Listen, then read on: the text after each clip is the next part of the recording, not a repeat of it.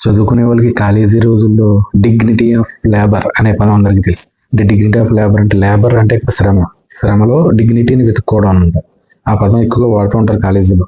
అయితే ఇది మనకి చూసినట్లయితే చదువుకునే వాడికన్నా కూడా వేరే వాళ్ళు నయమని చెప్పేసి ఒక సామెత కూడా ఉందన్నమాట.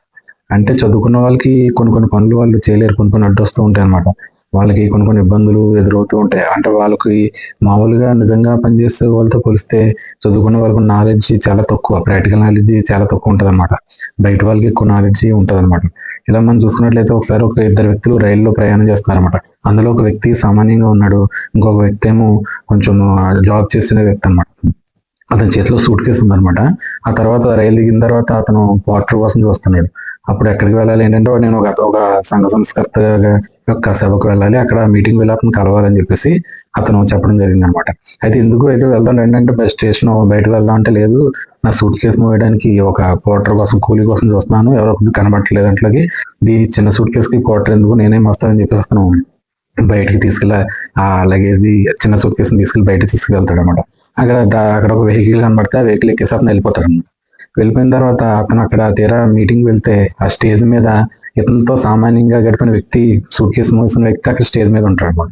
అది కలకత్తాలో అంటే ఈశ్వర్ చంద్ర విద్యాసాగర్ అని చెప్పేసి మొదటి వితంతు వివాహం చేసిన వ్యక్తి అనమాట భారతదేశంలో. అతనికి ఎదురైనటువంటి అనుభవం అంట. అతనే స్టేజ్ మీద ఉన్నాడు, ఈశ్వర్ చంద్ర విద్యాసాగర్. ఆ తర్వాత మనకి కందుకూరి వీరేశలింగం గారు అందరికీ తెలిసిన విషయం.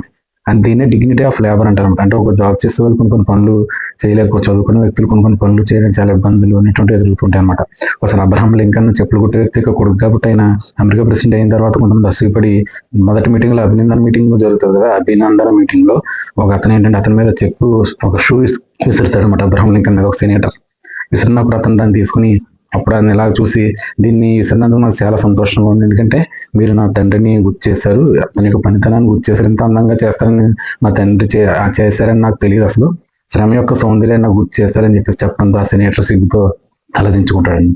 ఇప్పుడు ఏంటంటే చాలా మంది బయట కొన్ని పనులు చేయలేరు, కానీ చదువుకునే ఎవరైనా ఉంటే మీ ఇంట్లో కనీసం మీ గదిని మీరే తుడుచుకోవడం, మీ ఇంట్లో ఆదివారం రోజు అంటే సెలవు రోజైనా సరే మీ పనులు చిన్న చిన్న పనులు చేసుకోవడం ఇలాంటివి అలవాటు చేసుకుంటే దాంట్లో ఒక విధమైన ఆనందం లభిస్తుంది అనమాట. బయట నుండి ఎలాగో కొన్ని ఇబ్బందులు అవి అడ్డొస్తుంటాయి కాబట్టి ఇంట్లో పనులైనా సరే మీ బట్టలు వాష్ చేసుకోవడం, కొన్ని వాషింగ్ మిషన్ లో వేసుకోవడం, చిన్న చిన్నవి ఇలాంటి పనులు చేసుకోవడం ద్వారా చిన్న చిన్న ఆనందాలు మీకు లభిస్తుంది.